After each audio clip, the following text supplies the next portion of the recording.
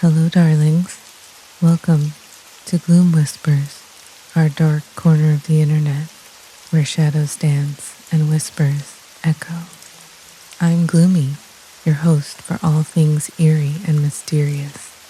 Leave a comment and hit subscribe and the bell for more haunting tales that will leave you enthralled and unsettled.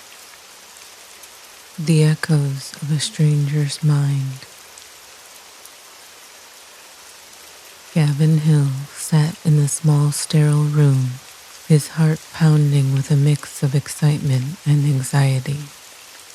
The walls were a cold, clinical white, and the faint hum of machinery filled the air.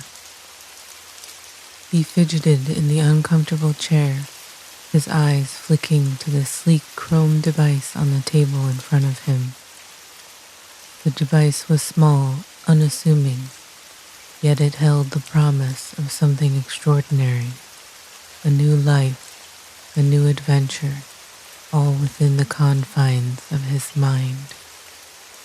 Memtech Industries had revolutionized the world with their memory implants. For a hefty fee, you could purchase any memory you desired, whether it was a relaxing vacation on a tropical island, a thrilling skydiving experience, or even the memories of a famous historical figure. It was a way to escape the monotony of everyday life, to live out fantasies without ever leaving your home. Gavin had been saving up for months, scrimping and cutting corners to afford this one indulgence. He had opted for a memory implant that promised the ultimate adventure. A daring escape from a haunted mansion, complete with all the thrills and chills of a horror movie. It was the perfect way to escape the dullness of his 9-to-5 office job, to feel truly alive for once.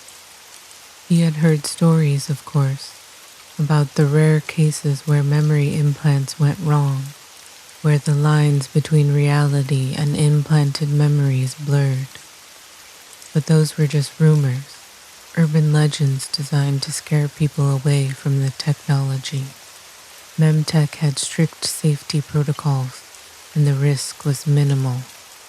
At least, that's what Gavin told himself as he signed the final consent form.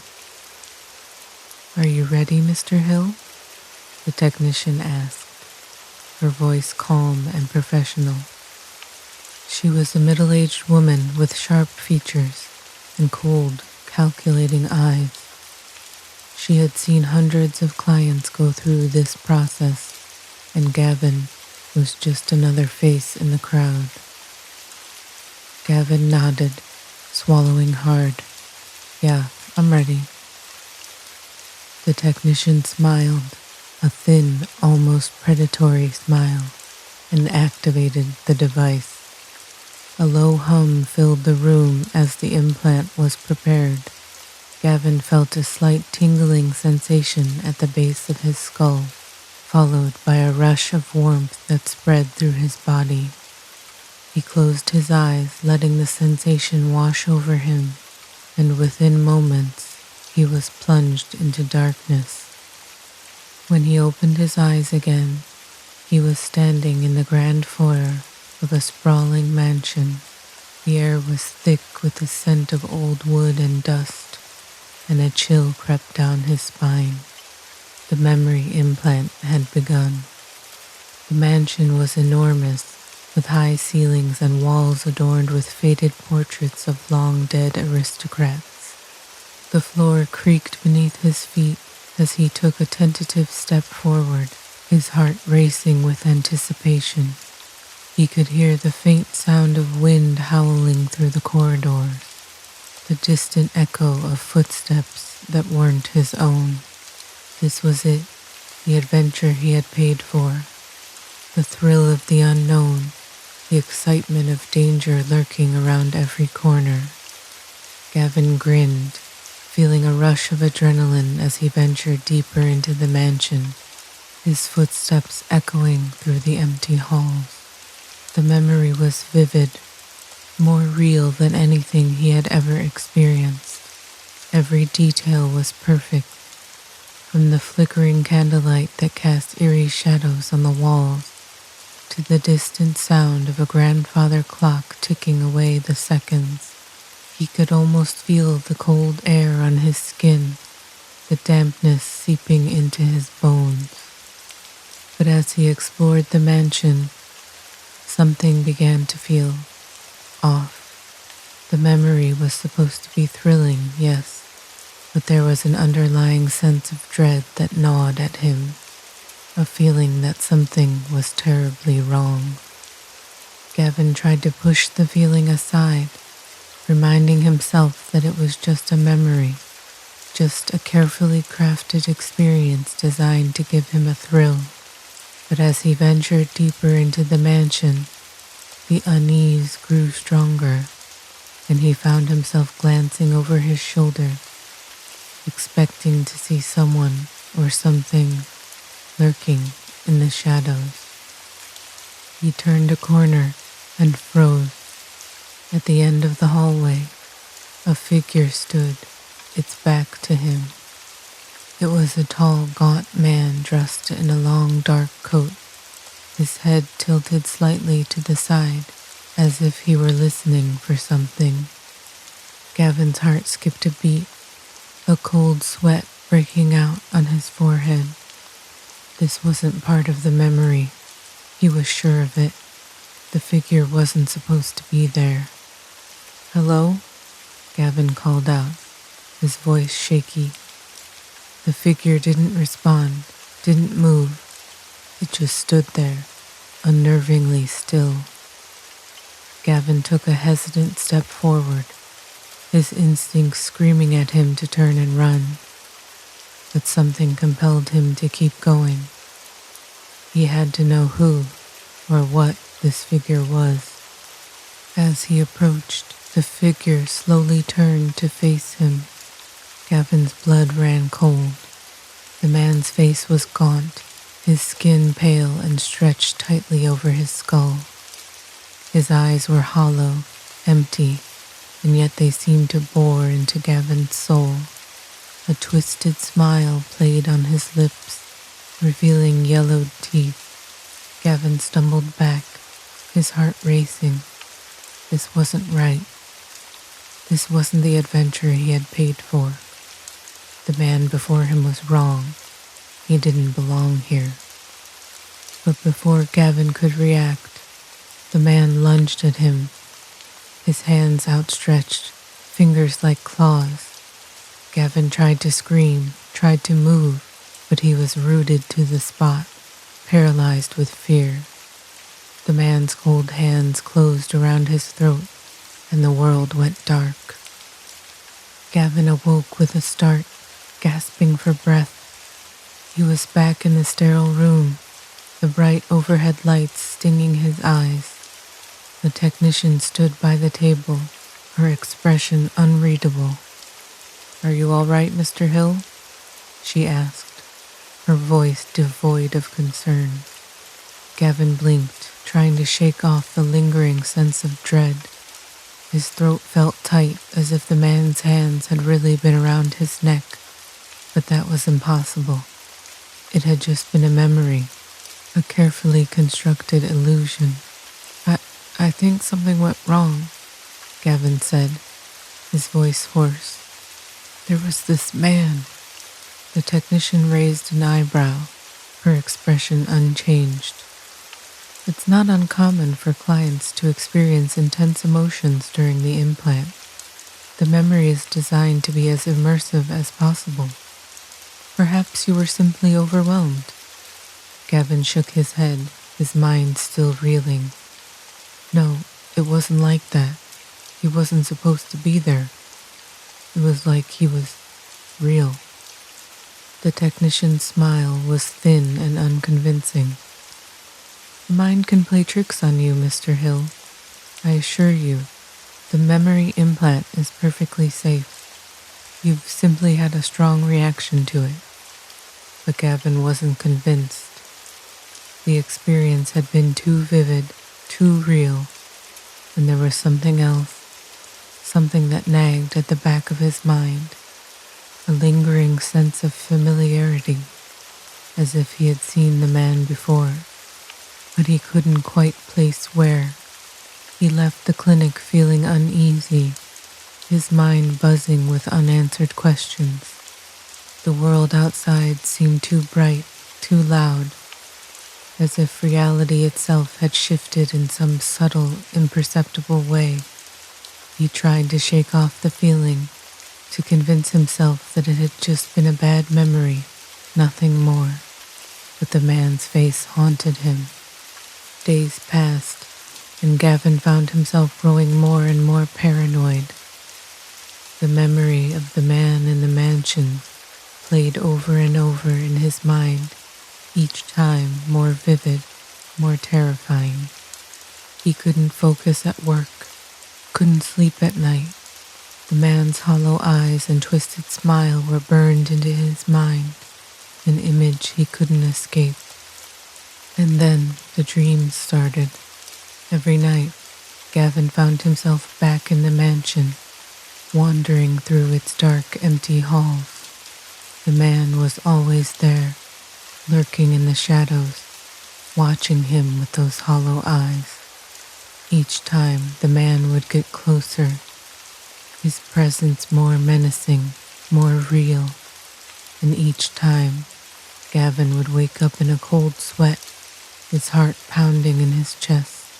The line between the memory and reality began to blur. Gavin would see flashes of the man out of the corner of his eye, on the street, in the grocery store, even in his own apartment. But whenever he turned to confront him, the man would be gone, leaving Gavin questioning his own sanity. He tried to go back to the clinic to ask the technician for help, but the clinic was gone. The building was still there, but the sign was different. The windows boarded up. It was as if Memtech had never existed. Gavin's paranoia grew. He became convinced that the man from the memory was real, that he was somehow invading his life, his mind. He tried to tell his friends, his family, but they dismissed his fears, chalking it up to stress or a bad dream. No one believed him. But Gavin knew the truth. The memory implant had malfunctioned. It had opened a door in his mind, and something had come through. Something dark, something evil. And it was getting stronger. One night, as Gavin sat in his apartment, trying to drown out the thoughts with the mindless chatter of the television, he felt a presence behind him. He turned slowly, his breath catching in his throat. The man was standing in the doorway, his hollow eyes fixed on Gavin, his twisted smile wider than ever. Gavin's heart raced, his body frozen in fear. He wanted to scream, to run, but he was paralyzed, trapped in the man's gaze. The man stepped forward, his movements slow and deliberate, like a predator stalking its prey.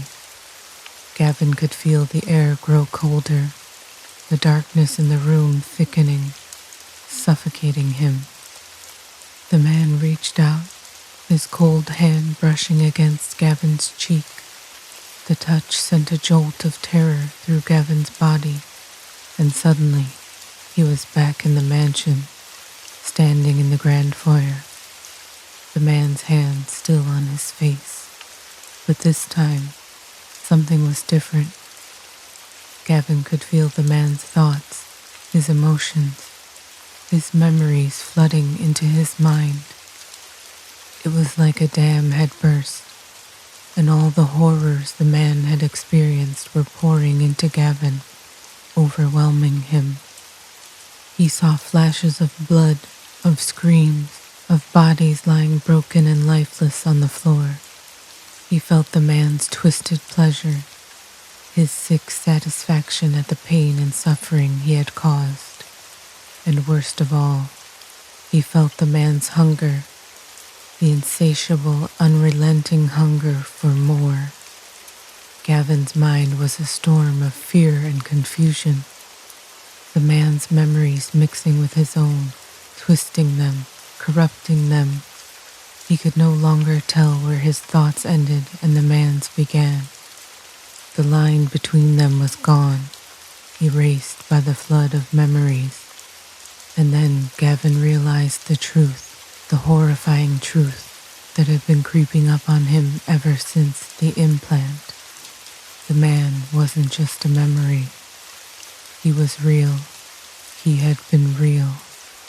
And now, he was Gavin.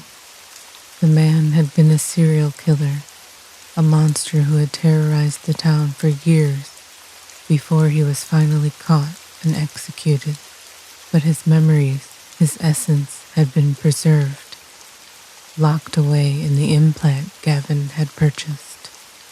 And now, those memories were taking over, consuming Gavin's mind, turning him into the very monster he had feared.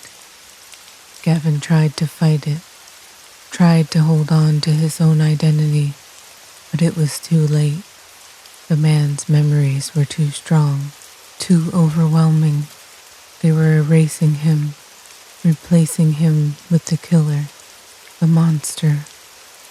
He could feel his thoughts slipping away, his sense of self dissolving into the man's twisted consciousness. The last thing Gavin saw before his mind was completely consumed was the man's face, his hollow eyes staring back at him, that twisted smile spreading across his own lips. And then Gavin was gone. The man stood in the grand foyer of the mansion, a cold, satisfied smile on his face. He was whole again, complete. His memories had found a new home, a new body to inhabit, to continue his work. He turned and walked out of the mansion, the darkness closing in behind him. The world outside was bright and loud, full of life and energy, a new hunting ground, ripe with opportunities. The man grinned, his eyes gleaming with anticipation.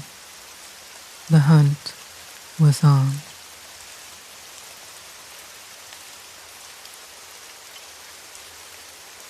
The Whispering Sands. Mina Arkwright had always been fascinated by ancient Egypt. Since she was a child, she had been drawn to the mysteries of the pyramids, the allure of hieroglyphics, and the tales of gods and pharaohs whose names had echoed through the ages. Now, as a graduate student in Egyptology at Oxford, her dream was within reach. She spent countless hours in the university's archives, poring over ancient texts, deciphering the language of the dead, and studying artifacts that had once adorned the tombs of kings. Her obsession was the subject of much amusement among her peers, who found her dedication admirable yet slightly unnerving. Mina didn't mind. She preferred the company of the ancients to that of her classmates. Her mentor, Professor Edwin Langston, had encouraged her passion, recognizing in Mina the same fervor that had driven him in his youth. Together they had spent weeks preparing for an upcoming expedition to Egypt, where they would assist in the excavation of a newly discovered tomb in the Valley of the Kings. But as the departure date neared, Mina's excitement was marred by an inexplicable sense of dread. It began with dreams, vivid, unsettling visions that left her shaken each morning. In these dreams, she stood in a vast, sun-scorched desert, surrounded by crumbling ruins. The sky was a deep, unnatural red, and the air was thick with the stench of decay. She could hear whispers, voices that called her name in a language she could not understand. And always there was the figure of a woman, tall, with dark eyes that seemed to bore into her soul. The woman wore the garb of an ancient priestess, her face obscured by a mask made of gold. Each time Mina awoke from these dreams, she was left with the sensation that something was watching her, lurking just beyond the veil of reality. She tried to dismiss it as pre-expedition nerves, but the feeling persisted, growing stronger with each passing day. It was late one night when the first real incident occurred. Mina had been working in the library, reviewing a set of scrolls that had recently been unearthed in Giza. She had stayed long past the time when the other students had left, absorbed in her work. The only light came from the lamp on her desk, casting long shadows across the room. The silence was heavy, broken only by the faint rustle of paper as she turned the fragile pages. As she studied the scroll, she felt a sudden chill, as if the temperature had dropped several degrees. She looked up, frowning, and saw that the shadows seemed to be moving, shifting along the walls. For a moment, she thought she saw a figure standing in the corner of the room, watching her. It was gone in an instant, leaving her heart pounding. Mina shook her head, trying to shake off the fear. She was exhausted, that was all. She needed sleep. Gathering her notes, she decided to call it a night. As she made her way out of the library, she heard something, a soft, barely perceptible sound, like the rustling of leaves. She paused, listening intently. The sound came again, and this time she could discern words, spoken in a voice that was both familiar and alien. Mina. She spun around, her breath catching in her throat. The library was empty, the shadows still. There was no one there. Her mind raced, searching for an explanation, but none came. With a shaky breath, she hurried out of the building, the sound of her own footsteps echoing in the silence. That night, the dream returned, more vivid than ever. The red sky loomed overhead, and the ruins seemed to pulse with a life of their own. The priestess was there, standing closer than before. Mina could see her eyes through the mask, dark, bottomless pits that promised nothing but despair. The whispers grew louder, more insistent, and Mina realized with a sickening jolt that they were coming from the priestess. Mina, the voice called, the sound echoing through the desert. You must come. Mina woke with a start, her heart racing. She was drenched in sweat, her sheets tangled around her legs. The whispers still echoed in her ears, and she could feel the presence of something in the room with her, something unseen but undeniably real. She didn't sleep again that night, and by the time dawn broke, she had made up her mind. She would speak to Professor Langston about the dreams, about the strange occurrences in the library. Perhaps he would have some explanation, some rational answer that would dispel her fears. But when she arrived at his office that morning, she found the door ajar and the room empty. His desk was cluttered with paper, his bag still slung over the back of the chair. It was unusual for him to leave without locking up, and Mina felt a pang of unease as she stood in the doorway. Professor Langston? She called out, but there was no response.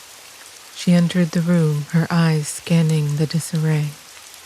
A large map of Egypt was pinned to the wall, with various sites marked in red ink. On the desk was a collection of books and journals. all related to their upcoming expedition.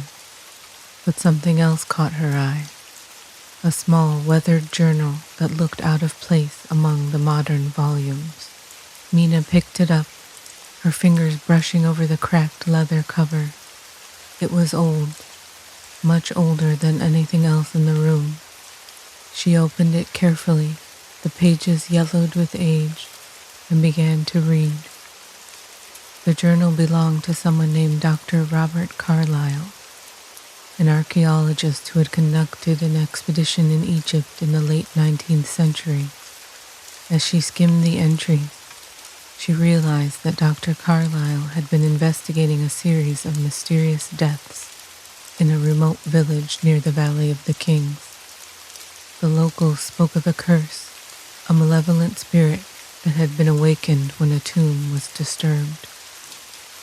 Carlyle's entries grew increasingly erratic as he detailed his encounters with this spirit, a vengeful priestess who sought to reclaim her power in the world of the living. The final entry was scrawled hastily, almost illegible, but Mina could make out the last sentence. She comes for me tonight. I hear her whispers. God help us all. Mina felt a cold shiver run down her spine. The priestess from her dreams, the whispers, the sense of being watched. Everything she had experienced mirrored Carlyle's account. But what did it mean? Why was this happening to her? As she pondered this, a sudden realization struck her. The journal had been placed on Langston's desk deliberately, as if someone wanted her to find it. But who and why? Her thoughts were interrupted by the sound of footsteps in the hallway. She quickly closed the journal and placed it back on the desk, turning just as Professor Langston entered the room.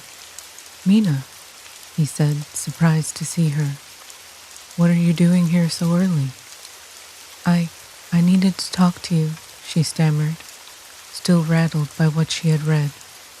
"Something strange has been happening, and I don't know what to do." Langston studied her for a moment, his expression unreadable. "Tell me," he said finally, gesturing for her to sit down. Mina recounted everything, the dreams, the whispers, the incident in the library, and finally, the journal. Langston listened intently, his brow furrowed in concentration. When she finished, he leaned back in his chair, his fingers steepled under his chin.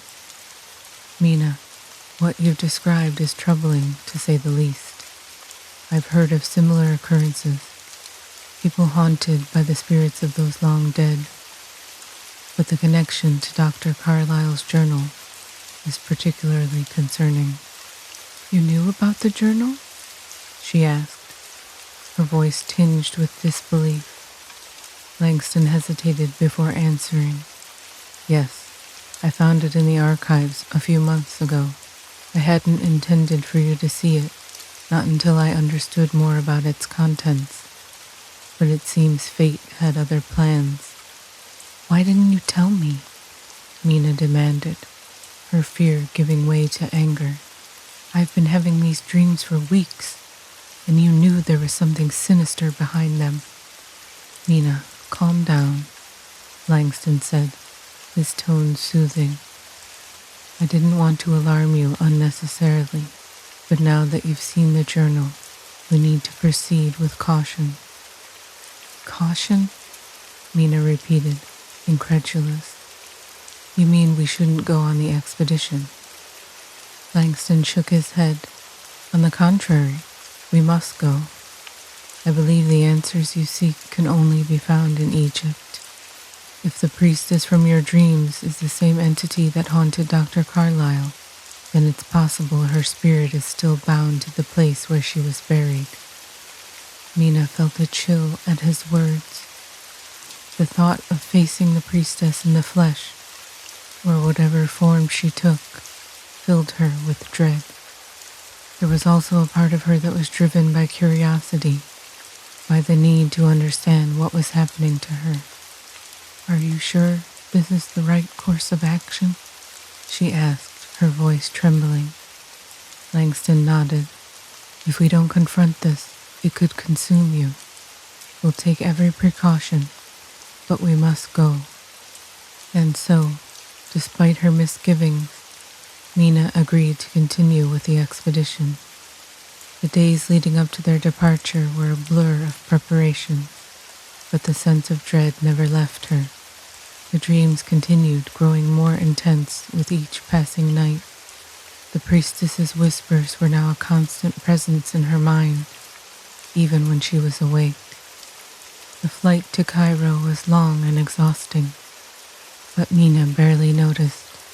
Her thoughts were consumed by the journal, by the images of the desert that haunted her dreams.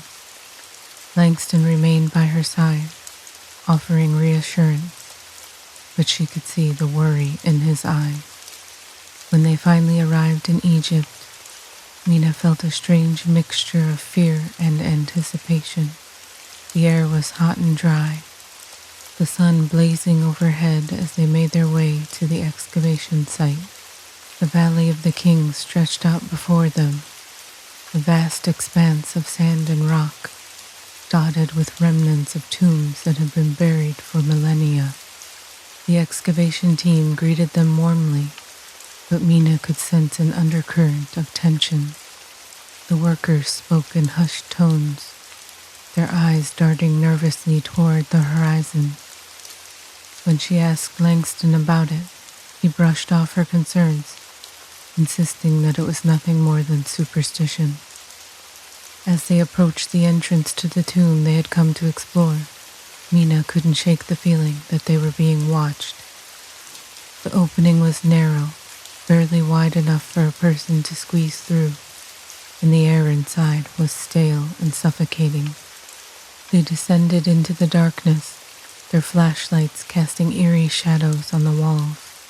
The hieroglyphics that lined the passage were ancient, worn away by time, but Mina could still make out the symbols. They told the story of a powerful priestess, a woman who had served the gods with unwavering devotion. But there was something else, something that had been scratched into the stone by a trembling hand, a warning written in a language that had been dead for thousands of years. "Beware the wrath of the priestess," it read. "She will not rest until her power is restored." Mina's heart raced as she read the words. The whispers were louder now, echoing through the narrow corridor, growing more insistent with each step. She could feel the presence of the priestess, looming just beyond the edge of the light. At last, they reached the burial chamber. It was a small, cramped space, dominated by a massive sarcophagus that had been carved from black stone. The air was thick with the scent of decay, and Mina had to suppress a gag as she stepped closer. Langston knelt beside the sarcophagus, running his fingers over the intricate carvings. "This is it," he murmured, "the final resting place of the priestess." Mina watched in silence as he worked, her nerves on edge.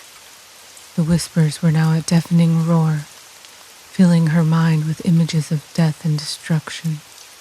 She could see the priestess in her mind's eye, her dark eyes burning with hatred, her lips twisted in a cruel smile. Suddenly, the ground beneath them began to tremble. Dust and debris rained down from the ceiling, and the walls seemed to close in around them. Mina stumbled, barely catching herself before she fell. Langston looked up, his face pale. "We need to leave, now." But it was too late. The sarcophagus began to crack, the stone splitting apart as something inside struggled to break free.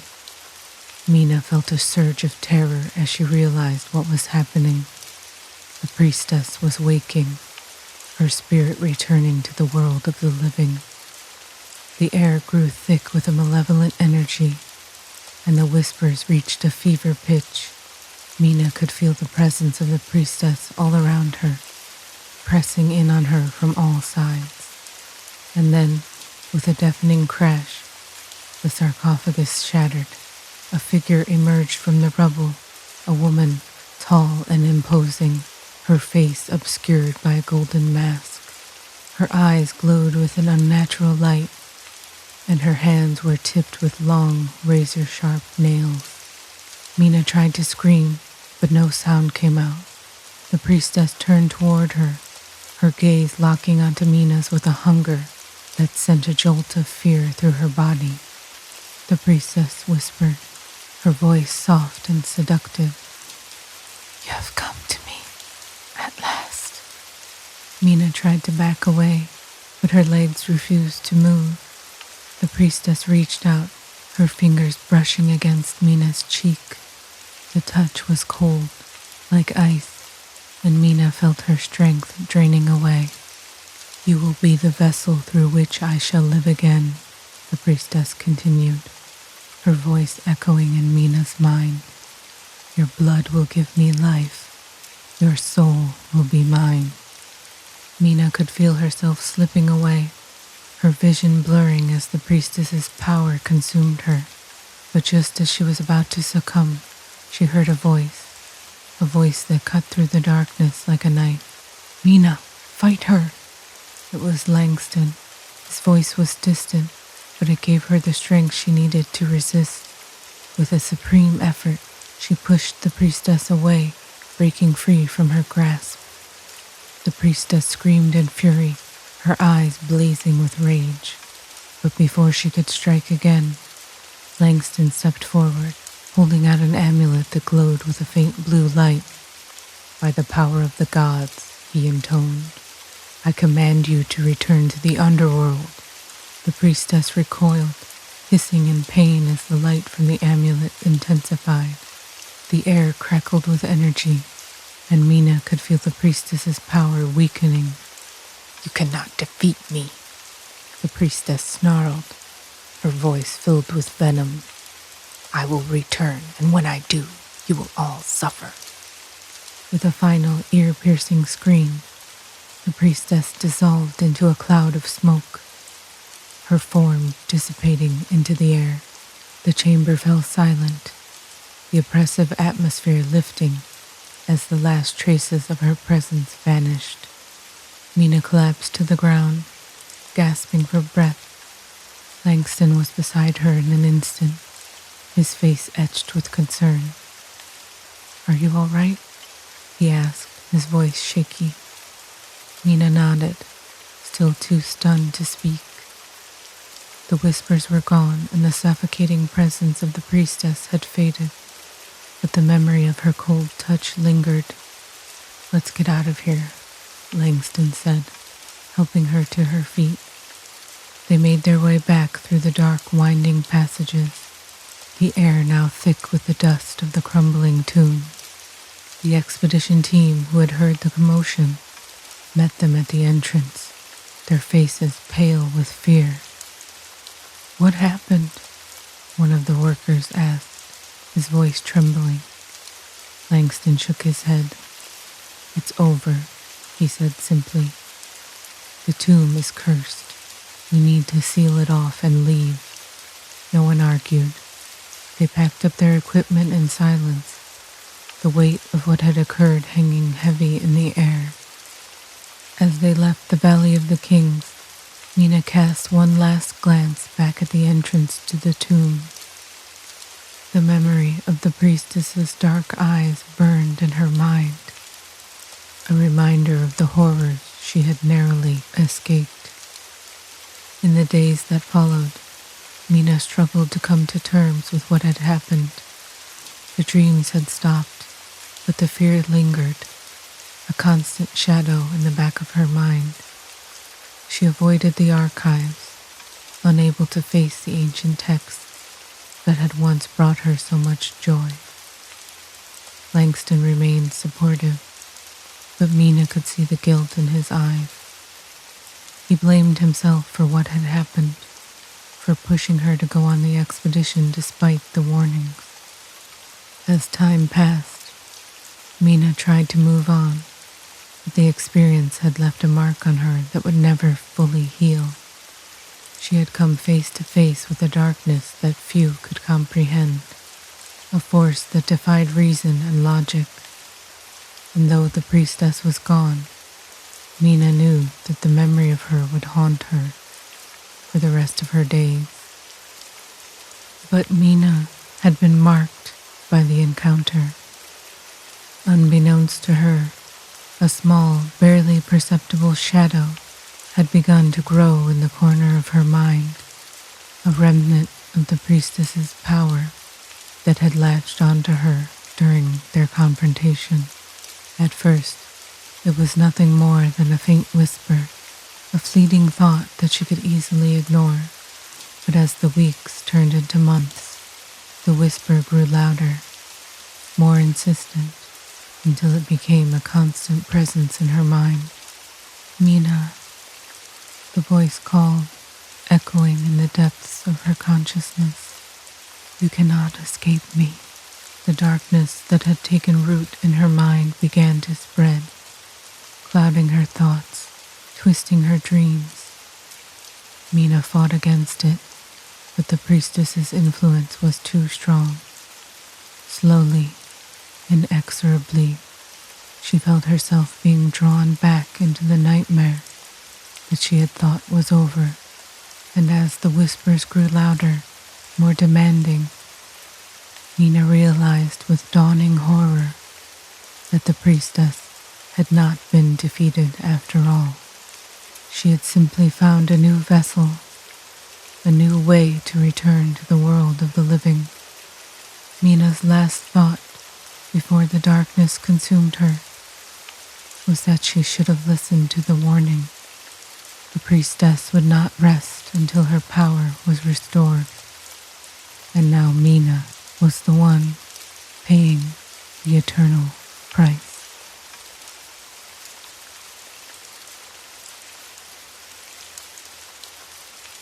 Ink and Blood. Elliot Kane was no stranger to the macabre. As one of the most successful horror comic book writers in the industry, he had built a career on his ability to terrify readers with stories of haunted houses, bloodthirsty monsters, and dark, twisted realms. His work was renowned for its vivid, visceral imagery, brought to life by his artist partner, David Carter. Together, they had created some of the most iconic horror comics of the last decade, earning a dedicated fan base and a slew of awards. But as Elliot stared at the blank page in front of him, he felt an unfamiliar sensation, dread. He had been struggling with writer's block for weeks, an ailment he had never experienced before. Each time he sat down to write, his mind went blank, his ideas evaporating like mist in the morning sun. It was as if the well of inspiration had run dry, leaving him paralyzed. The pressure was mounting. The latest issue of his best-selling series, Nightmare Realms, was due in less than a week, and he had nothing to show for it. His editor, a no-nonsense woman named Linda Park, had been hounding him daily for updates, her patience wearing thin. The fans were clamoring for more, and the thought of disappointing them filled him with anxiety. Elliot sighed, rubbing his temples as he tried to clear his mind. He had always prided himself on his ability to conjure horror from the darkest corners of his imagination, but now those corners seemed unreachable, shrouded in a fog he couldn't penetrate. His gaze drifted to the stack of comics on his desk, the issues of Nightmare Realms that had made him famous. The covers were adorned with grotesque images, twisted creatures with razor-sharp teeth, shadowy figures lurking in the darkness, and scenes of unimaginable terror. Each issue had been a labor of love, a journey into the depths of fear that had left him both exhilarated and exhausted. But now, as he looked at them, He felt only emptiness. The horror that had once fueled his creativity had turned on him, draining him of his passion, his drive. It was as if the stories he had created had taken on a life of their own, feeding on his energy, leaving him hollow. In a fit of frustration, Elliot pushed the stack of comics off the desk, sending them tumbling to the floor. The pages fluttered open, revealing the dark, twisted artwork that had once inspired him. He stared at them, his mind racing, searching for a way to break free of the creative paralysis that had gripped him. And then, as if in response to his desperation, an idea began to take shape. It was faint at first, a flicker of inspiration that danced at the edges of his consciousness. But as he focused on it, it grew stronger, clearer, until he could see it in his mind's eye. A new story, a story about a writer who becomes trapped in his own creation, forced to confront the horrors he had birthed from his imagination. It was meta, self-referential, and unlike anything he had ever done before. It was perfect. Elliot grabbed a pen and began to write, the words flowing from him in a torrent. The story unfolded before him, vivid and terrifying, the narrative twisting and turning with every stroke of the pen. He could see it all so clearly, the writer's descent into madness, his desperate struggle to escape the nightmare world he had created, and the creatures that stalked him at every turn. Hours passed in a blur as Elliot poured everything he had into the story. The fog that had clouded his mind lifted, replaced by a renewed sense of purpose. This was it, the breakthrough he had been waiting for, the story that would take his career to new heights. But as he wrote, a strange feeling began to creep over him, a sensation he couldn't quite shake. It was as if the lines between reality and fiction were beginning to blur, as if the world he was creating on the page was becoming more real than the one around him. He dismissed it as fatigue, the result of too many sleepless nights and too much coffee. But the feeling persisted, growing stronger with each passing hour. Finally, as dawn broke, Elliot sat back, exhausted but satisfied. The story was complete, a tale of terror that would leave his readers breathless, their minds haunted by the horrors he had conjured. He couldn't wait to show it to David, to see how his partner would bring the story to life with his art. But first, he needed sleep. His body ached, his eyes burned, and his mind was a tangled mess of images and ideas. He stumbled to his bed, collapsing onto the mattress without bothering to undress. As he drifted off to sleep, the strange feeling that had been gnawing at him faded, replaced by a deep, dreamless slumber. When Elliot awoke, it was late afternoon. The sun was low in the sky, casting long shadows across the room. He felt groggy, disoriented, as if he had been asleep for days. But as he sat up, the events of the previous night came rushing back to him. The story. He had finished the story. Elliot practically leaped out of bed, excitement coursing through him. He couldn't wait to get back to his desk, to read over what he had written with fresh eyes. He was certain it was some of his best work yet, a story that would cement his place as one of the greats in horror comics. But as he approached his desk, he froze. The pages were gone. He blinked, thinking he must be still half asleep, for the desk was empty. The stack of papers he had left there was nowhere to be seen. A cold knot of fear formed in his stomach. He frantically searched the room, overturning books, rifling through drawers, but the story was gone. It didn't make any sense. He had left it on the desk, he was sure of it. But now it was as if it had never existed. Elliot's mind raced, trying to make sense of what had happened. Had someone broken in while he slept? But there were no signs of forced entry, and nothing else was missing. As he stood there, bewildered, a strange thought crossed his mind. A thought so absurd, he almost laughed at it. But the feeling of dread that had been growing inside him wouldn't let it go. What if the story hadn't just disappeared? What if it had taken on a life of its own? He shook his head, trying to dispel the ridiculous notion.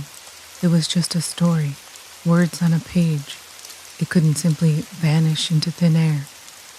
But as he stood there, the room began to feel different.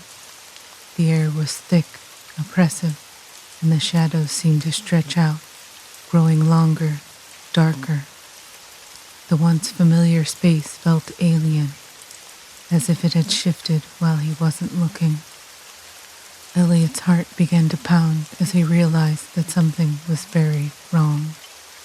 The room, his sanctuary, the place where he had created countless stories, was no longer the same. It was as if it had been tainted, infected by something. And then he heard it, a faint sound, barely audible, like the rustling of paper. It came from the direction of his desk. Slowly, he turned, his eyes wide with fear. The desk was empty, but the sound persisted, growing louder, more insistent. It was coming from beneath the desk. Elliot took a hesitant step forward, his breath caught in his throat. He crouched down, peering into the shadows, and saw a crumpled piece of paper lying on the floor. He reached out with trembling fingers, picking it up. The paper was stained with ink, the letters smeared and barely legible. But as he squinted at the writing, his blood ran cold. It was his story, the story he had written the night before, but the words were wrong, distorted, twisted into something dark and malevolent. Elliot's heart raced as he read the corrupted text. The story had changed, taken on a life of its own. The protagonist, the writer who had been trapped in his own creation, was no longer just a character on the page. He was Elliot. The realization hit him like a punch to the gut. The story had somehow come to life, and now it was pulling him in. The air around him grew colder, the shadows closing in, and the room began to warp, the walls bending and twisting in impossible ways. The floor seemed to tilt beneath his feet, and he stumbled, trying to keep his balance. But it was too late. The story had already taken hold of him, drawing him into its nightmarish world. He felt a sudden, intense pressure in his chest, as if something was squeezing the life out of him. And then, with a sickening lurch, the world around him shattered, and Elliot Kane was no longer in his office. He was inside the story. The first thing Elliot noticed was the darkness. It was absolute, impenetrable, a void that swallowed everything. He could see nothing, hear nothing but the sound of his own ragged breathing. Panic surged through him as he realized he was completely alone, trapped in a place that shouldn't exist. He tried to move, but his limbs felt heavy, unresponsive, as if they were being weighed down by invisible chains. "Hello? Hello?" he called out, his voice trembling. The sound echoed back at him, distorted, as if the darkness itself was mocking him. There was no response, no sign of life, no indication of where he was or how he had gotten there. Elliot's mind raced, trying to make sense of what was happening, but the more he thought about it, the more his fear grew. This wasn't just a nightmare, this was real. He had somehow been pulled into his own story, trapped in the twisted world he had created, and if that was true, then he was in serious danger. The protagonist of his story had been hunted, tormented by the creatures he had birthed from his imagination, and now those same creatures were coming for him. A sudden noise broke the silence, a low, guttural growl that sent chills down Elliot's spine. It was close, too close, and getting closer. He tried to run, but his legs felt like lead, every step a struggle. The darkness pressed in around him, suffocating, disorienting, and he stumbled, falling to his knees. The growling grew louder, more aggressive, and Elliot could feel the ground beneath him begin to tremble. He forced himself to his feet, adrenaline surging through him as he fought to stay calm. But then, out of the darkness, a pair of glowing red eyes appeared, piercing through the black void. They were fixed on him, full of malice and hunger.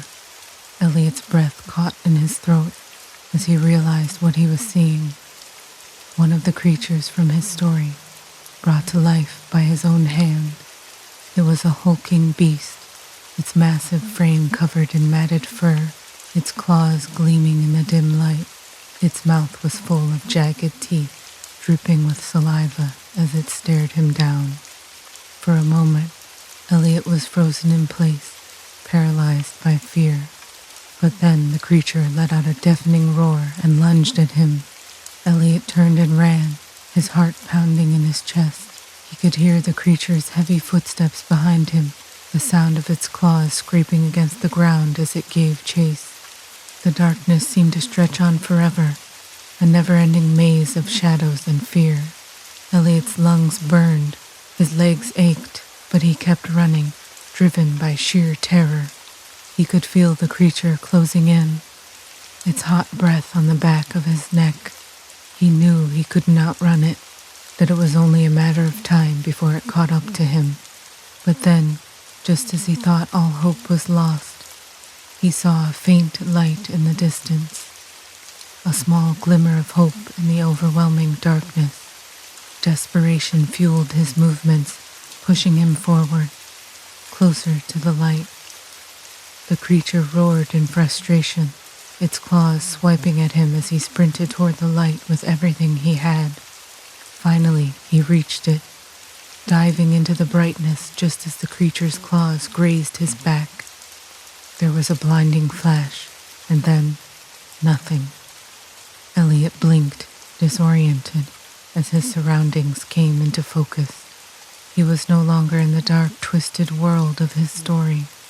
He was back in his office, the familiar sight of his desk and shelves coming into view. For a moment, he just stood there, trying to process what had happened. Had it all been a dream? A product of his overworked mind?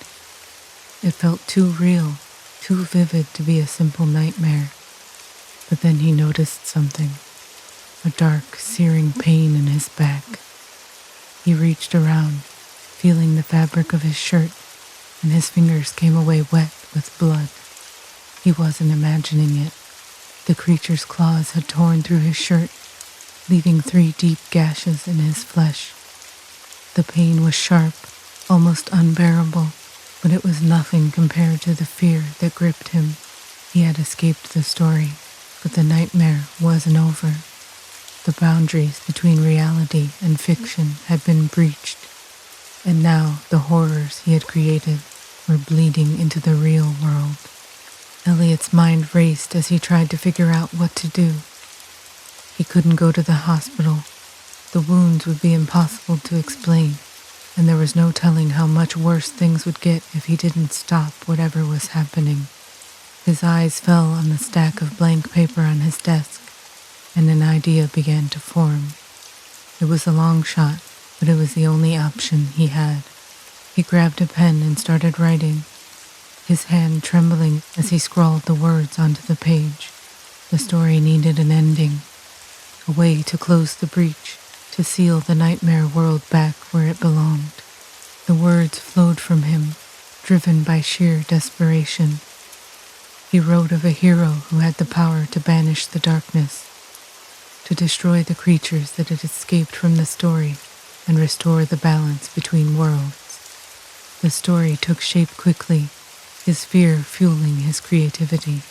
He described the hero's final battle, the creature's defeat, and the closing of the rift that had allowed them to enter the real world. As he wrote the final words, a sense of calm washed over him. The darkness that had been looming over him seemed to recede, the air in the room growing lighter, less oppressive. Elliot let out a shaky breath, dropping the pen onto the desk. It was done. But as he sat there, waiting for the fear to subside, he noticed something strange. The ink on the page was smudging, running as if it had been doused with water.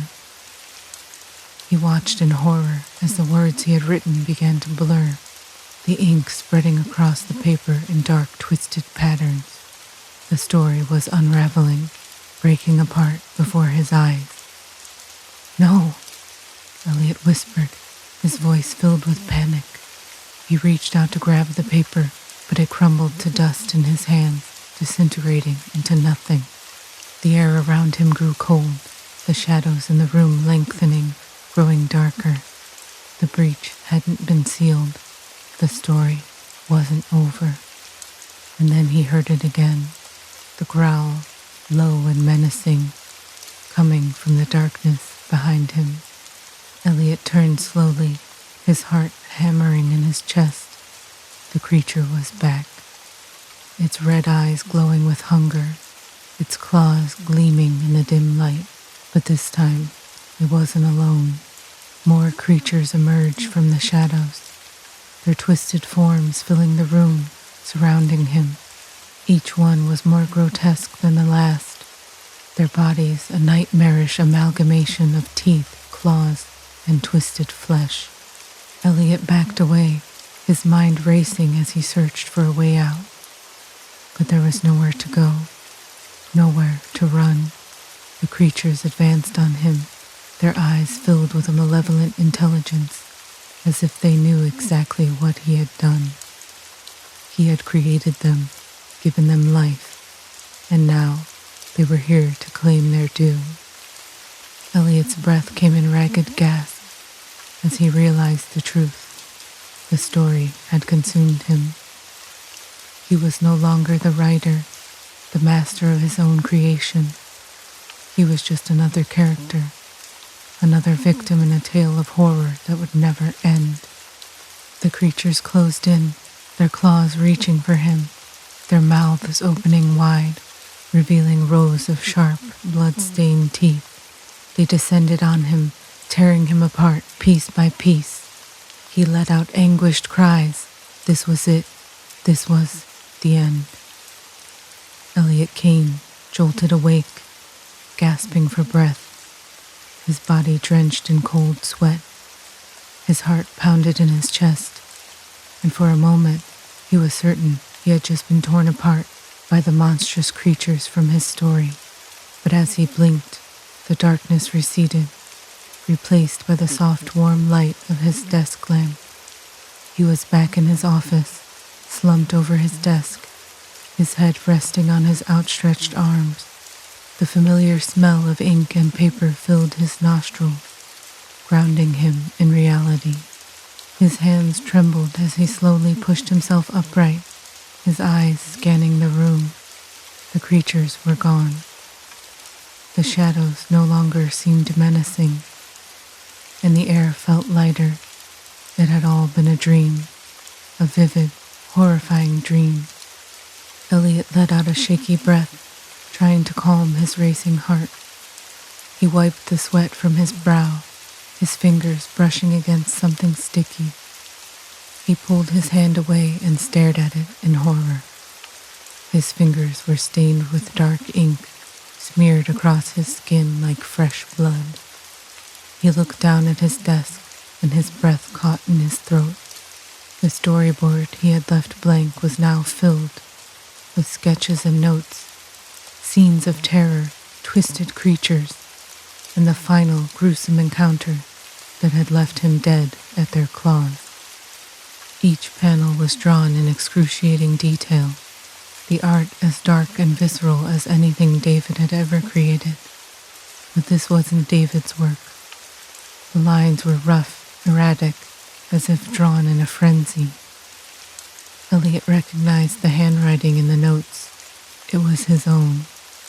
Every terrible moment he had just experienced in his nightmare was laid out before him, captured on the pages of the storyboard.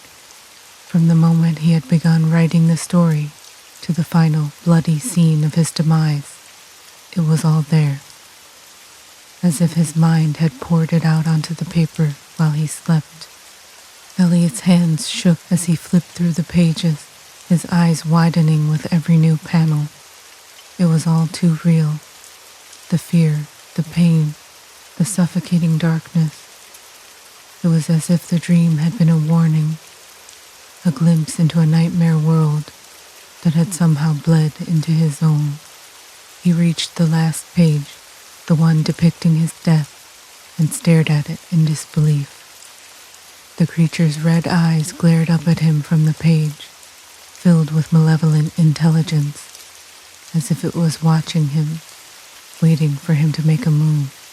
His heart raced as he noticed something even more unsettling. The ink on the last panel was still wet, glistening under the desk lamp. He reached out, hesitating for a moment before touching the edge of the page. The ink smudged beneath his fingers, staining his skin. Elliot's mind reeled. This couldn't be real. It was impossible.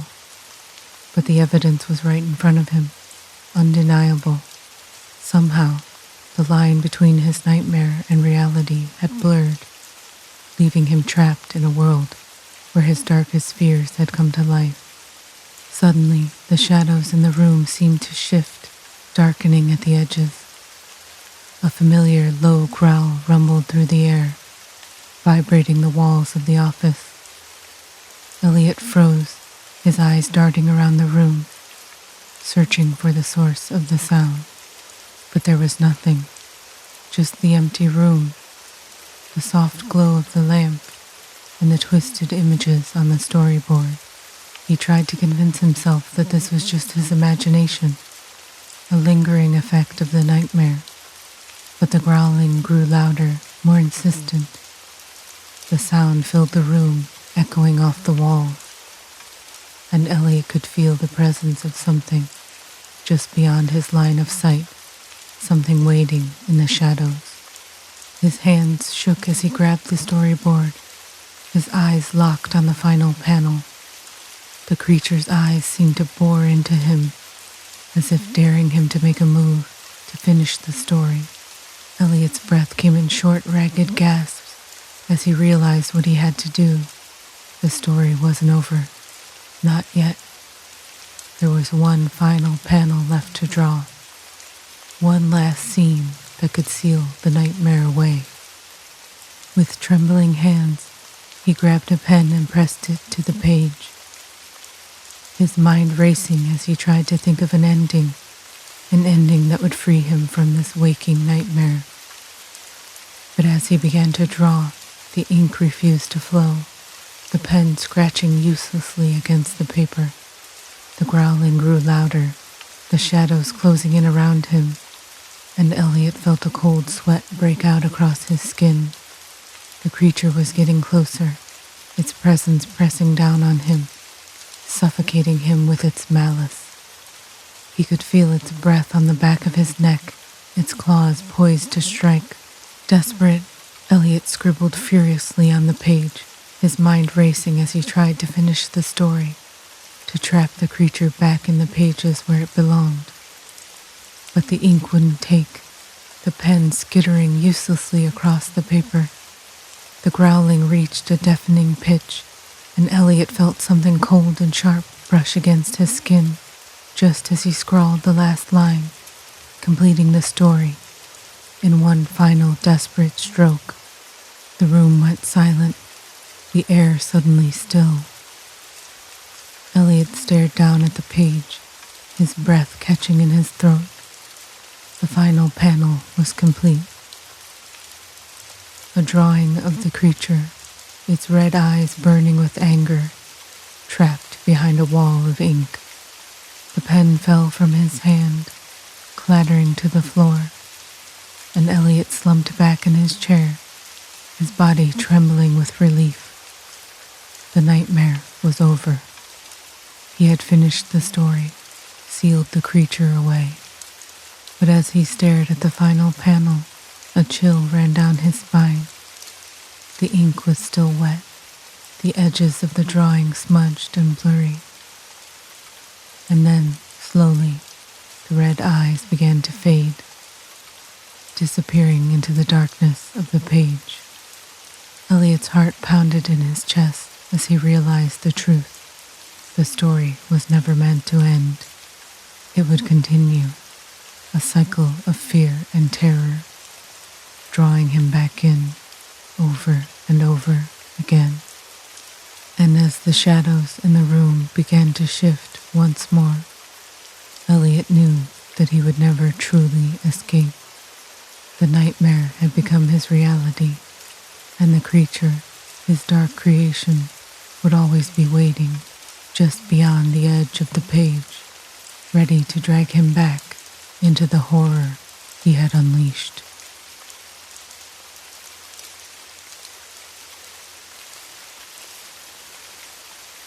Endless curtain call. A heavy mist clung to the narrow streets of Edinburgh, swirling around the lampposts like ghostly fingers.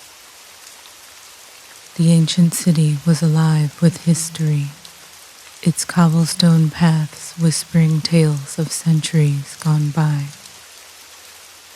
As Margaret O'Connor made her way through the fog, she pulled her coat tighter around her, feeling a chill that had nothing to do with the dampness in the air.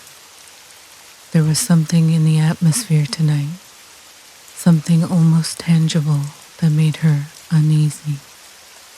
Margaret had always been fascinated by the past. As a historian, she had spent most of her life delving into the stories and artifacts of long-dead people, trying to piece together the lives they had led. When she heard about the play, a 300-year-old performance that had supposedly been running continuously since its debut in 1724, she knew she had to see it for herself. The play, titled The Eternal Mask, was shrouded in mystery and legend. Few had ever heard of it, and even fewer had seen it. It was said to be performed only for select audiences, those who were chosen by some unknown criteria. She had received her invitation in the mail a week ago, a simple piece of parchment, sealed with a wax emblem she did not recognize. There had been no return address, no name, only a short note that read, "You are cordially invited to witness the Eternal Mask. Tonight, 8 p.m. at the Theatre Royal." The invitation had thrilled her, filling her with an inexplicable sense of anticipation. But now, as she approached the theater, an imposing building tucked away in a forgotten alley, her excitement had turned to dread. The theater looked like it had been frozen in time. Its stone facade was weathered, but the architecture remained as it would have appeared centuries ago. The windows were dark, the only light coming from the dim lanterns that flanked the entrance. Margaret hesitated before the heavy wooden doors, her hand trembling as she reached for the iron handle. With a deep breath, she pushed the door open and stepped inside. The interior of the theater was eerily silent. The lobby was small and dimly lit by flickering candles, their light casting long shadows across the ornate wallpaper. The air was thick with the scent of dust and aged wood. Margaret's footsteps echoed loudly as she made her way to the ticket booth, where an elderly man with hollow cheeks and sunken eyes sat behind the counter. "Invitation, please," he rasped, his voice barely above a whisper. Margaret handed him the parchment. He took it with a bony hand, examining it closely before nodding and sliding it back to her. Without another word, he gestured toward the narrow hallway that led to the main auditorium. She moved down the corridor, feeling the walls closing in on her as she went. The hallway seemed impossibly long, and with each step she felt as though she were walking deeper into a different world, a world that had been forgotten by time. Finally, the hallway opened into the auditorium. It was larger than she had expected, with rows of plush red seats arranged in a semicircle around a grand stage. The walls were adorned with faded murals depicting scenes of grandiose drama and tragedy, their colors dulled by centuries of neglect. The air was thick, almost stifling, as if the room had been sealed for far too long. Margaret took a seat in the front row, her eyes drawn to the stage where a heavy crimson curtain hung, waiting to rise. She was the only one in the audience. The theater was deathly silent, save for the faint ticking of an unseen clock. She glanced at her watch. 8 p.m. The play would start any moment now. The lights dimmed and the curtain slowly began to rise. Margaret held her breath as the stage was revealed. The set was simple, yet striking. A grand hall with tall arched windows that looked out onto a painted night sky. The room was furnished with antique chairs, a long dining table, and an elaborate chandelier that hung from the ceiling, its crystal pendants glimmering in the low light. It was as though she had been transported back in time to a world of elegance and opulence that had long since faded from memory. The actors appeared, emerging from the shadows at the edges of the stage. There were 5 of them, each dressed in period costume, flowing gowns, velvet waistcoats, and powdered wigs. They moved with a grace and precision that was almost unnerving, their faces pale and expressionless. The lead actress, a woman with raven black hair and a blood-red gown, stepped forward and began to speak. Her voice was hauntingly beautiful, rich with emotion, yet tinged with a sorrow that seemed to seep into Margaret's bones. The dialogue was archaic, filled with flowery language from the 18th century, but Margaret could understand it well enough. The play told the story of a noble family, torn apart by betrayal, greed, and madness. It was a tale of love and loss, of dark secrets hidden away behind the walls of their grand estate. As the play progressed, Margaret found herself utterly captivated. The actors were flawless in their performances, their voices rising and falling with the rhythm of the story. But there was something about them that unsettled her, something in their eyes, in the way that they moved, that felt wrong. It was as though they were not entirely there, as if their bodies were merely vessels for something ancient and malevolent. The final act of the play was the most disturbing. The noble family, having been driven mad by their own sins, turned on each other in a fit of rage and despair. The lead actress, her face contorted with grief, delivered a heart-wrenching soliloquy before collapsing to the floor, her hands stained with blood. The other actors circled her, their faces twisted into expressions of anguish and torment. The scene was so intense, so visceral, that Margaret could hardly bear to watch. And then, just as the play reached its climax, the lights went out. The darkness was absolute, swallowing the stage, the audience, and everything in between. Margaret sat frozen in her seat, her heart pounding in her chest. She felt a wave of nausea wash over her, a sickening sense of dread that made her skin crawl. Suddenly, a soft, flickering light appeared on the stage. The chandelier had been lit, its crystals casting eerie shadows across the set. The lead actress, who had fallen to the floor moments before, was now standing upright, her face illuminated by the pale glow of the chandelier. She looked directly at Margaret. A shiver ran down Margaret's spine as the actress's gaze locked onto hers. There was something in those eyes, something ancient, something that should not have been possible. The actress smiled, a slow, unsettling smile that sent a jolt of terror through Margaret's body. The silence was broken by the sound of applause. Margaret jerked her head around, realizing that the theater was no longer empty. The seats around her were filled with shadowy figures, their faces obscured by the dim light. They clapped slowly, methodically, their hands moving in unison. The sound was hollow, almost mechanical, as if they were not truly there. The applause died away, and the actors stepped forward, bowing gracefully to their invisible audience. The lead actress held her pose for a moment longer, her eyes never leaving Margaret's, before straightening up and gesturing toward the wings of the stage. Margaret watched in horror as the crimson curtain descended, closing off the stage from view. The shadowy figures in the audience remained silent, their presence a cold weight pressing down on her.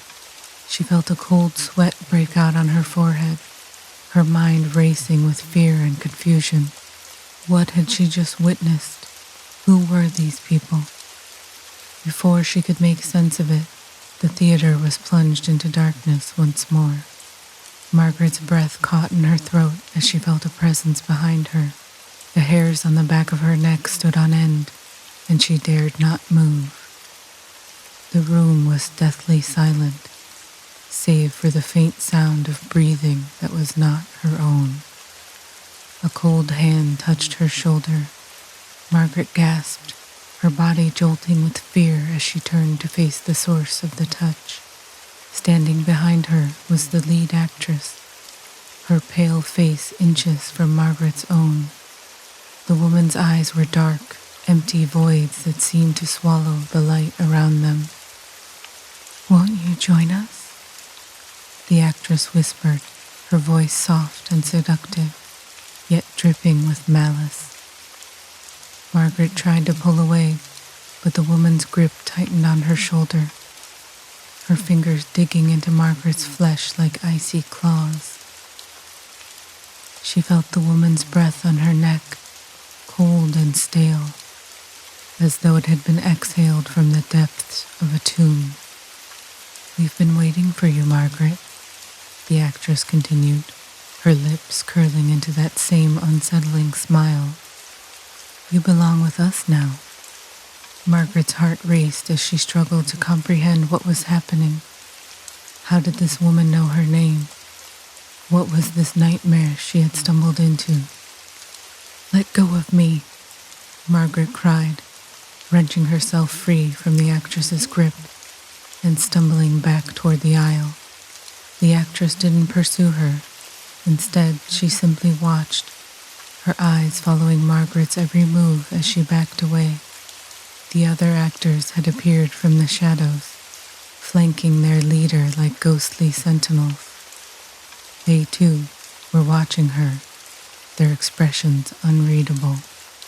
Margaret's mind screamed at her to run, to get as far away from this place as possible. She turned and bolted up the aisle, her footsteps echoing through the empty theater as she raced toward the exit. But the door was gone.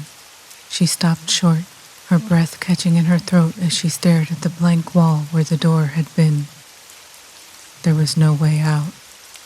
The hallway she had come through had vanished, replaced by a solid expanse of stone that offered no escape. Panic surged through her, and she spun around, searching for another way out. But the theater had changed. The seats were gone. The stage was gone. Everything was gone. She was standing in a vast, empty chamber, the walls lined with faded portraits of people she didn't recognize.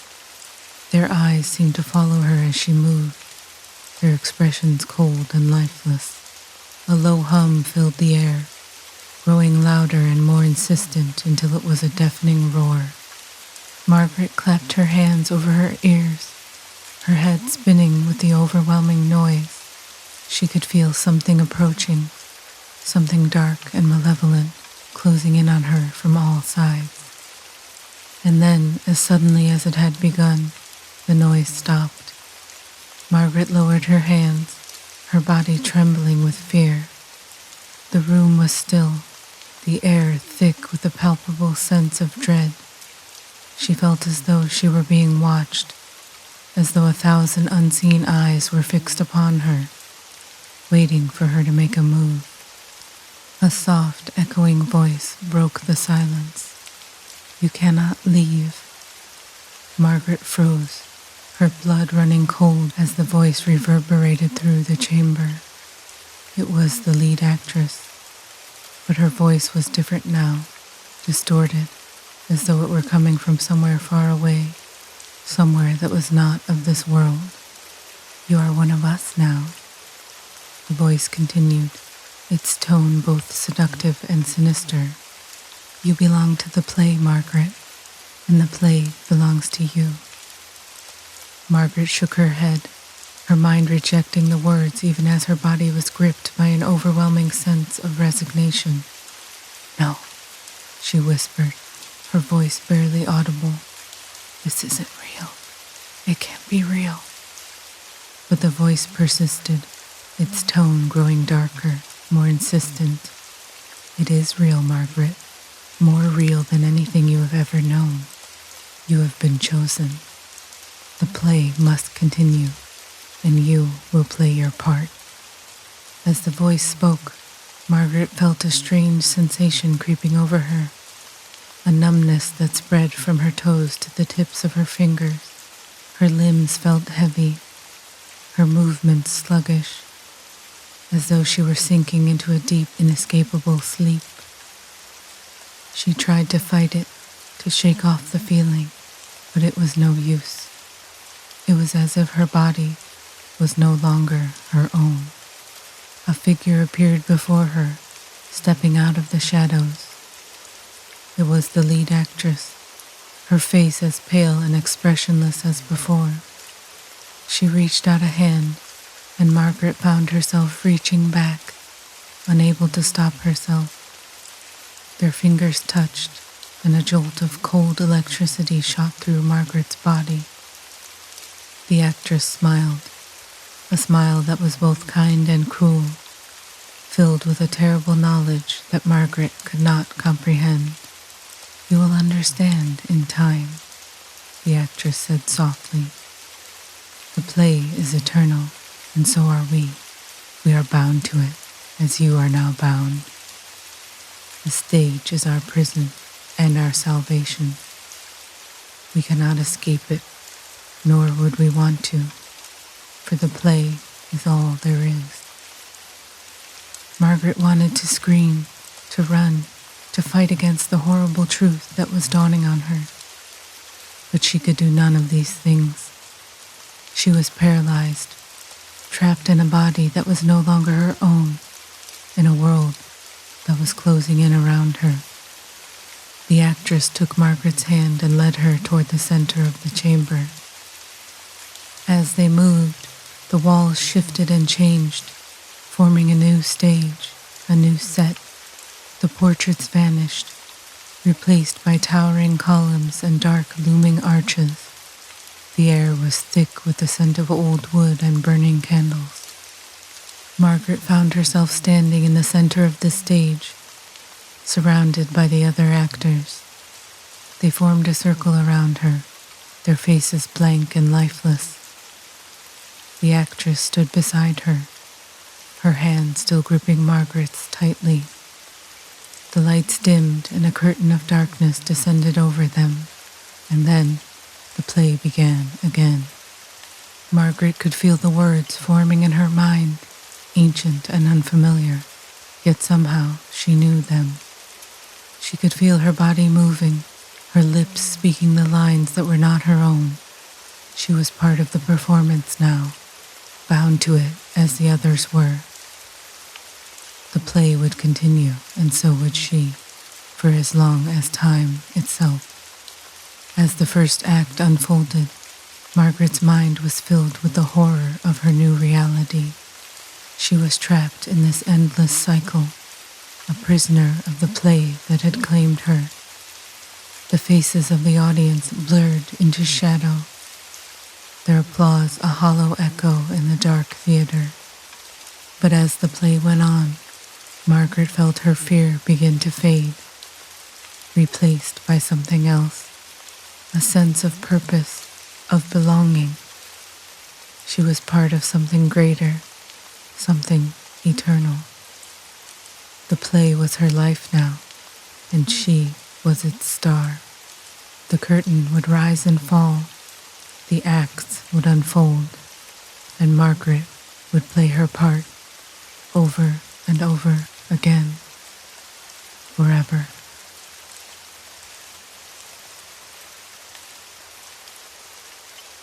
The static never sleeps. Jack Thornton sat in his small, dimly lit basement, surrounded by the comforting hum of his vintage radio equipment. The walls were lined with shelves crammed full of dusty manuals, antique radios, and tools for tinkering. This was his sanctuary, the place where he could escape from the monotony of his life and immerse himself in his passion, radio broadcasting. For years, Jack had collected and restored old radios, and his latest acquisition, a beautiful 1930s Philco console, was his pride and joy. He'd found the Philco at a flea market a few weeks ago, its wooden frame chipped and covered in dust, its dials rusted and stiff. But Jack had seen the potential beneath the grime, and after a few long hours of careful restoration, the radio was good as new. He had tested it the previous evening, tuning into various frequencies and reveling in the warm, crackling sound of distant stations. Tonight, however, something was different. The static that usually filled the airwaves had an odd, almost sinister quality to it, like a distant whisper carried on the wind. Jack leaned forward, adjusting the dial with a practiced hand, searching for a clear signal. The static grew louder, then faded, replaced by a low hum that sent a shiver down his spine. He frowned, tapping the side of the radio. Something was wrong, but he couldn't quite put his finger on it. Then, through the static, he heard it, a faint, almost inaudible voice. Jack froze, his heart skipping a beat. He slowly turned the volume up, straining to make out the words. "Help, please, trapped, can't get out." The voice was weak, barely more than a whisper, but there was no mistaking the desperation in its tone. Jack's blood ran cold. He had heard stories of strange transmissions, of phantom signals that seemed to come from nowhere. but he had never encountered anything like this. He leaned in closer, his breath shallow, as the voice continued to crackle through the static. "Can't escape. Please, help us." A chill ran down Jack's spine. He twisted the dial, trying to sharpen the signal, but the voice faded, swallowed by the static once more. Frustration gnawed at him. He couldn't let it go. Not now. He had to know where the signal was coming from. Who was calling for help? Jack grabbed a notepad and pencil, jotting down the frequency and the few words he had managed to catch. His mind raced as he considered the possibilities. Could it be a prank? A strange weather anomaly? Or was it something else entirely? The thought of lost souls trapped somewhere, crying out for help, sent a shudder through him. He knew he had to investigate further, to find out where the signal was coming from and who was sending it. The following night, Jack returned to his basement, his thoughts consumed by the mysterious transmission. He turned on the Philco and tuned it to the same frequency, holding his breath as the static filled the room. For a few agonizing moments, there was nothing, just the familiar hiss of white noise. Then, once again, the voice broke through. "Please, anyone, we're trapped. It's dark. So cold." Jack's heart pounded in his chest as he scribbled down the words. The voice was different this time, still faint, still desperate, but with a deeper, more guttural tone. It sent a wave of unease washing over him. Whoever this was, they were clearly in distress, and Jack felt an overwhelming compulsion to help. But how? He was just a radio enthusiast, a hobbyist. He didn't have the skills or knowledge to trace a signal or rescue someone from wherever they were. And yet, he couldn't shake the feeling that he was meant to do something, that he was the only one who could hear these cries for help. As the nights passed, Jack became obsessed with the radio. Every evening, he would sit in his basement, tuning into the strange frequency, listening to the voices as they grew louder, more insistent. The messages became clearer, more disturbing, filled with tales of pain, suffering, and fear. They spoke of being trapped in a place where time stood still, where the darkness was suffocating and the cold seeped into their bones. And always they begged for help. Jack tried to trace the signal, using every trick he knew, but it was as if the broadcast was coming from nowhere and everywhere, all at once. There was no pattern, no discernible source. It was as if the radio was picking up echoes from another world, a world where these lost souls were trapped in eternal torment. He barely slept, barely ate, consumed by the need to understand what was happening. The more he listened, the more he felt a connection to the voices, as if they were reaching out to him specifically, begging him to save them. One night, as he sat hunched over the radio, the voice that came through was different, familiar in a way that sent a jolt of fear through him. Jack, can you hear me?" He froze, his blood turning to ice. It couldn't be. But there was no denying the voice on the other end. It was his sister, Karen. She had disappeared 10 years ago, vanished without a trace. The police had searched for months, but there had been no leads, no clues as to what had happened to her. Eventually, the case had gone cold, leaving Jack and his family in a state of perpetual grief and unanswered questions. But now, here she was, speaking to him through the static. "Jack, please. I'm so scared. I don't know where I am.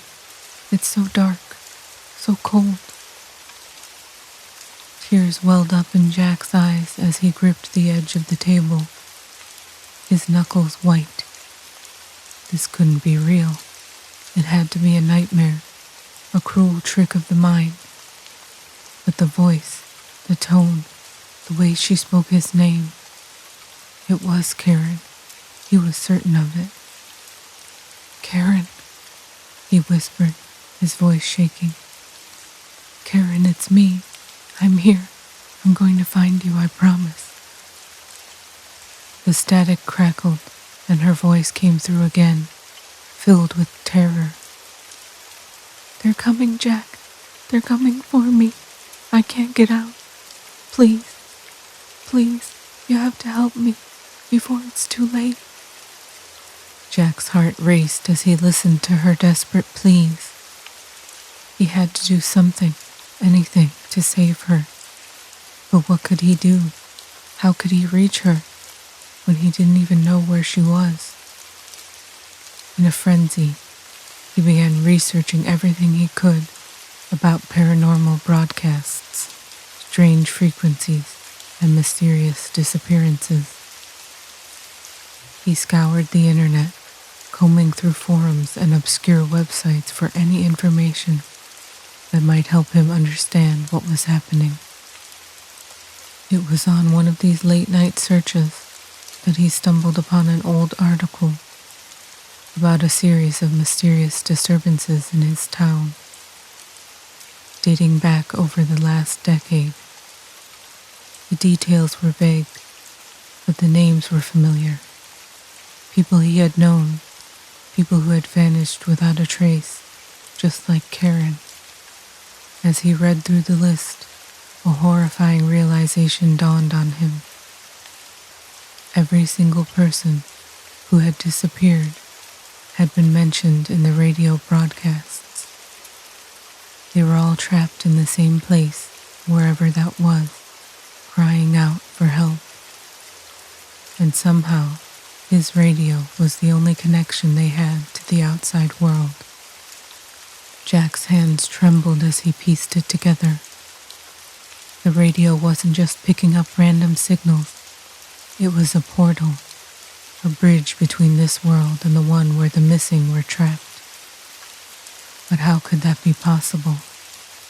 How could an old, restored radio hold such a terrible secret? Desperation gnawed at him as he tried to find a way to use the radio to help them. He spent hours in the basement, trying different frequencies, adjusting the dials, but nothing seemed to work. The voices grew more frantic, more pained, as if they knew time was running out. "Jack, please, they're here. I can't hold on. They're going to take me." Karen's voice was filled with terror, and Jack felt a wave of helplessness wash over him. He had to find a way to reach her, to save her, but every attempt he made seemed to push her further away. In his desperation, he decided to do the only thing he hadn't tried yet. He would try to enter the portal himself. It was a reckless, irrational plan, but Jack was beyond reason. He couldn't abandon Karen, not after coming this far. If the radio was a gateway, then maybe he could use it to cross over, to find her and bring her back. He spent hours preparing, packing a small bag with essentials: flashlight, batteries, rope, a knife. He had no idea what he would encounter on the other side, but he couldn't go in unprepared. As midnight approached, he sat in front of the Philco, his heart pounding in his chest. The basement was eerily silent, the only sound the low hum of the radio. He adjusted the dial, tuning into the familiar frequency, and waited. The static crackled, and Karen's voice came through once more, weak and filled with fear. "Jack, please, hurry. They're getting closer." Jack took a deep breath, steeling himself for what he was about to do. He placed his hand on the radio, feeling the cold metal beneath his fingers, and closed his eyes.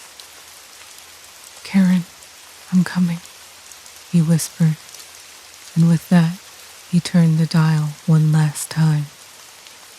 The world around him shifted. The basement seemed to blur, the edges of reality dissolving into darkness. A cold, suffocating sensation enveloped him, as if he were being pulled through a tunnel, the air thick and heavy. The hum of the radio grew louder, filling his ears with a deafening roar. Jack opened his eyes, and the world had changed. He was no longer in his basement. The room was gone, replaced by a vast, endless void of darkness. The air was freezing, and the ground beneath his feet felt slick and uneven, like wet stone. A thick fog swirled around him, obscuring his vision, and the only light came from the faint, ghostly glow of the radio in his hand. He took a cautious step forward, his breath visible in the frigid air. The silence was oppressive, the darkness so complete that it seemed to press in on him from all sides. He felt as if he were standing at the edge of an abyss, one wrong step away from falling into oblivion. "Karen," he called out, his voice echoing into the void. "Karen, Karen, where are you?" For a moment there was no response, just the hollow echo of his own voice. But then, faintly, he heard her. "Jack, I'm here. Please, help me." The sound of her voice sent a wave of relief through him. She was close, he could feel it. He gripped the radio tightly and began walking toward the sound, his footsteps echoing in the darkness.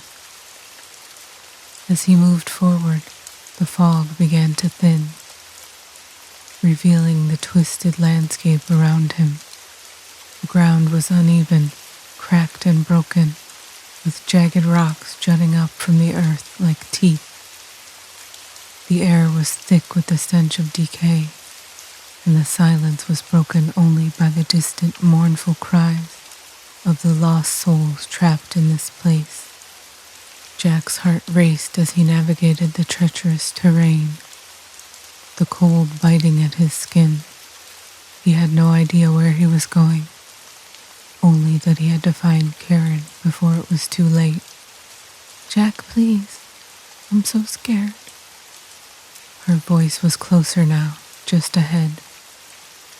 Jack quickened his pace, his breath coming in short, panicked gasps. The darkness seemed to close in around him, the fog growing thicker, but he pressed on, driven by the need to save his sister. Finally, he saw her. Karen stood at the edge of a jagged cliff, her body shrouded in the mist. She was pale, her eyes wide with fear, her clothes torn and stained. She looked as if she had been through hell, but she was alive. "Karen!" Jack called out, his voice cracking with emotion. He ran toward her, his arms outstretched. But as he reached her, she stepped back, her eyes filling with terror. No, Jack, stay back. They're here. Before he could react, the ground beneath them began to shake. The fog swirled violently, and the air was filled with a low, guttural growl that sent chills down Jack's spine. The darkness around them seemed to thicken, and from the shadows, shapes began to emerge.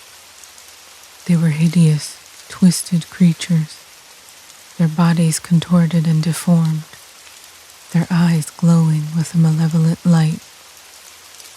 They moved with an unnatural grace, their movements fluid and predatory as they closed in on Karen.